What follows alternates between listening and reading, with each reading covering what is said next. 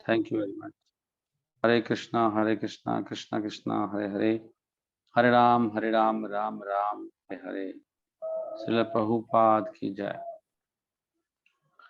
तो बद्ध जीव का हालत क्या है? हम लोग बिल्कुल इसी हालत में हैं।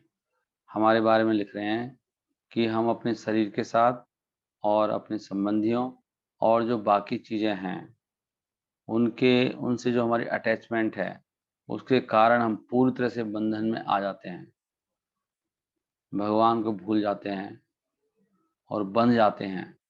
In such a proud and foolish condition, ऐसे घमंड और मूर्खता भरी हालातों में ये हमारा गर्व है, मेरे पास ये है। शरीर का भी गर्व होता है। बद्ध आत्माएं दूसरे जीवों से वो द्वेष करती हैं और भगवान से भी। जिस भी व्यक्ति को अटैचमेंट है अपने शरीर से, संबंधियों से, और वो उनको ज्यादा प्राथमिकता देते हैं और हमने जो शास्त्र में लिखा उसकी परवाह नहीं करते हैं, तो ऐसे सब लोग द्वेष से पीड़ित हैं। वो दूसरे लोगों से द्वेष करते हैं और भगवान से भी। वो भगवान जो सभी जीवों के हृदय में रहते हैं उनसे भी द्वेष करते हैं, लेकिन हम इसको मानेंगे नहीं। और इस प्रकार वो द्वेष के कारण दूसरों के प्रति अपराध करते हुए बद्ध जीव धीरे धीरे नरक में जा गिरते हैं। अब देख लो आप, ये हालात हैं हमारे। भौतिकवादी लोग वो अपनी ईर्ष्या पशुओं के साथ जाहिर करते हैं। कैसे? उनको निर्दयता से मारकर, मतलब उनका मांस खाते हैं ना लोग।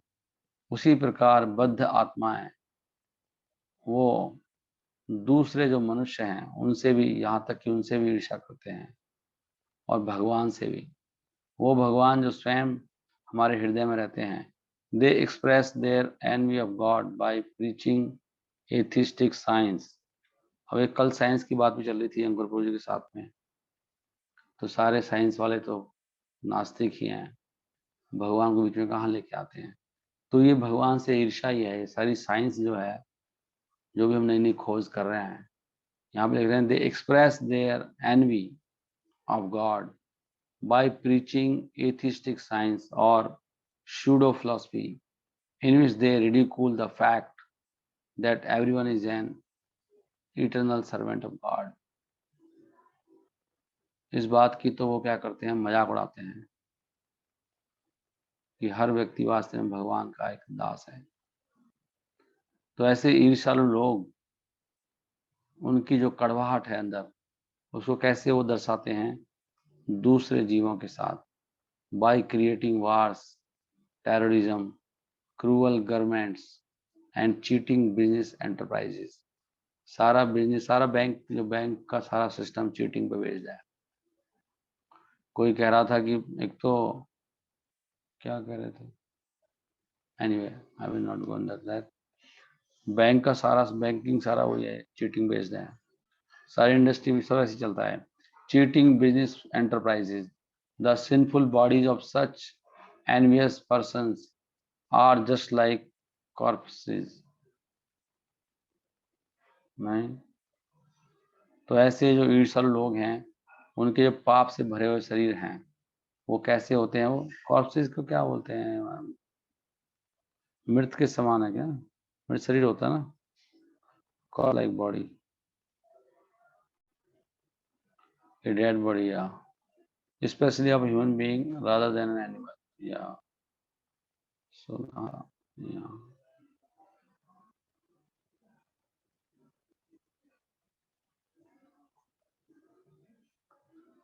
still envious persons are enamored by the corpse of their material bodies। देखो हमारी बुद्धि कितनी मलिन है, फिर भी मतलब हमारे शरीर मृत्यु तो हैं ये शरीर, और फिर भी ईर्ष्यालु लोग हैं, उनको वो भौतिक शरीर से ही मोहित हो जाते हैं। ये हमारी हालत है।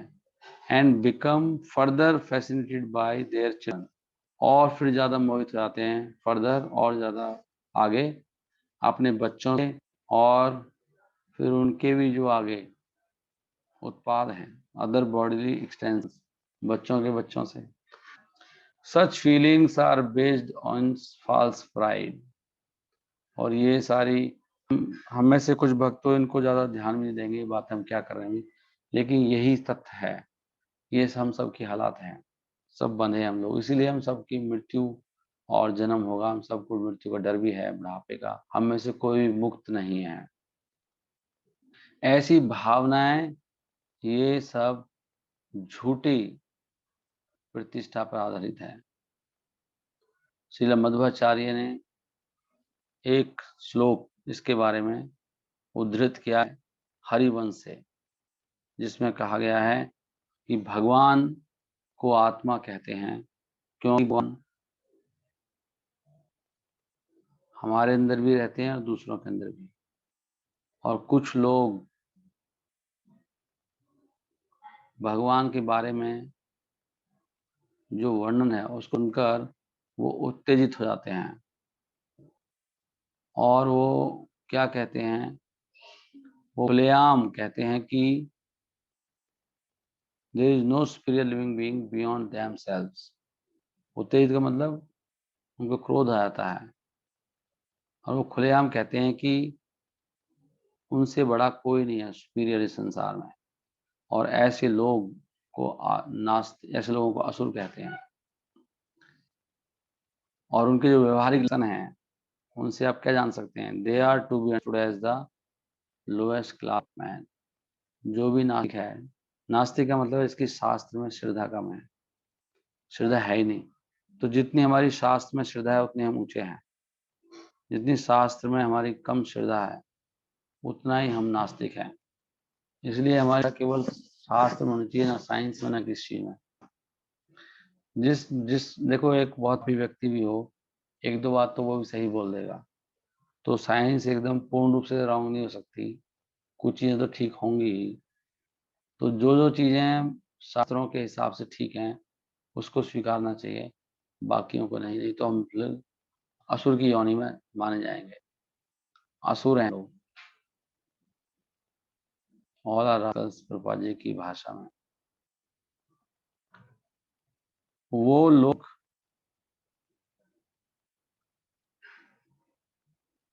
भगवान के बारे में कोई ज्ञान नहीं है, परम सत्य के बारे में, फिर भी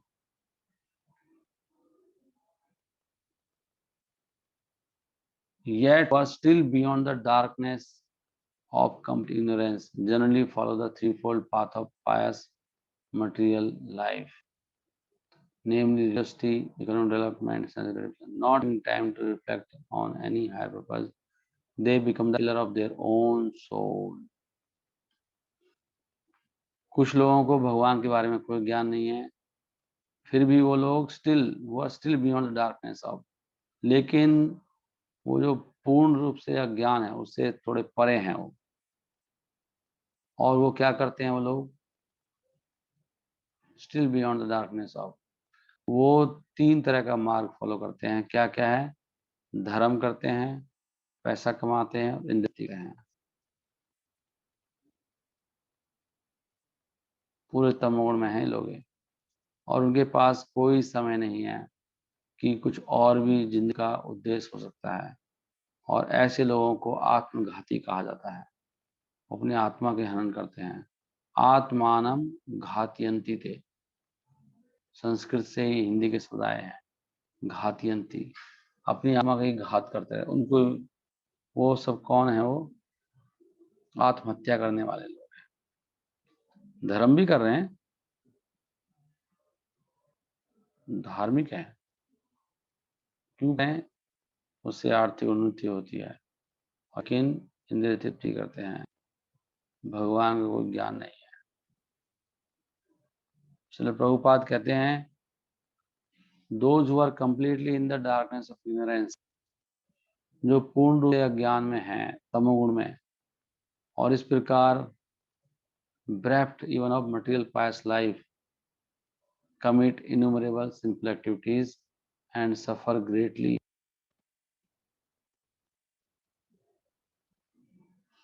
मतलब एक जो भौतिक पुण्य का जीवन भी होता है, उससे भी वंचित हैं।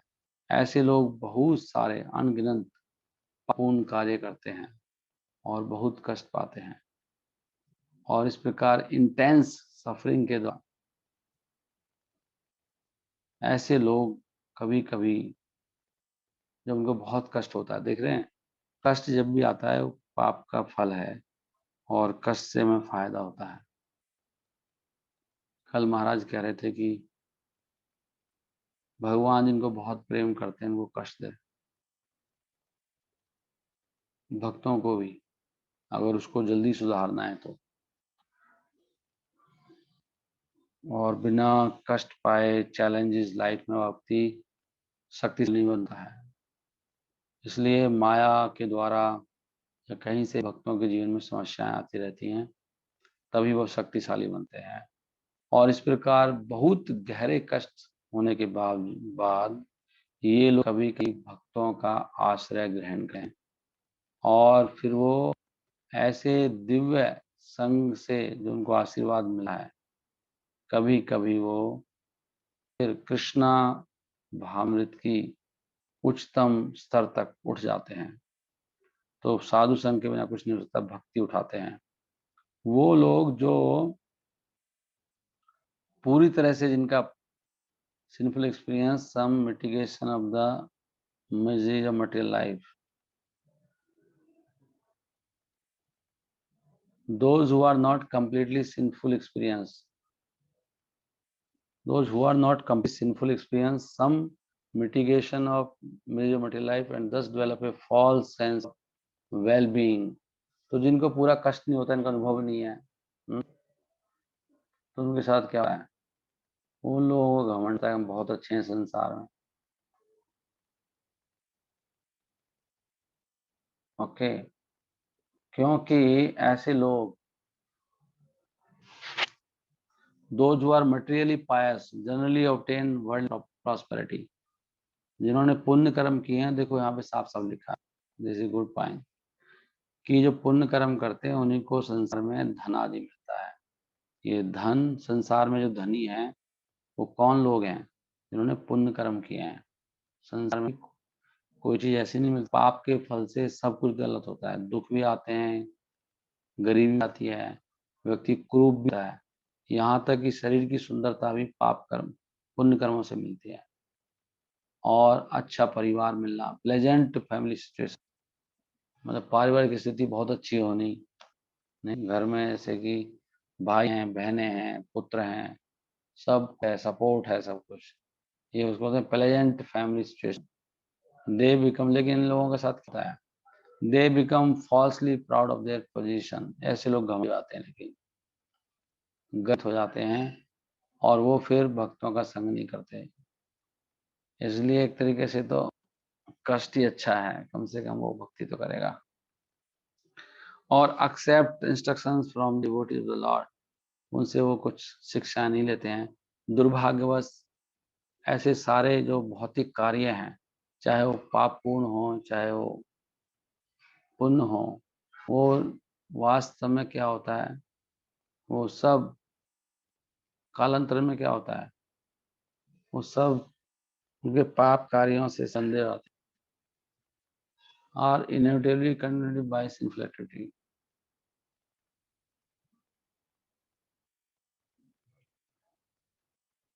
और जिन्हें अपना पुण्य का घमंड है और जो कृष्णा से सुनते नहीं है, वो देर सवेर उन सबका पतन हो जाए। जो, इसलिए हम कहते हैं कम से कम जो कथा नहीं सुनेगा वो माला कभी खत्म हो जाएगा, माला कर ही नहीं पाएगा वो।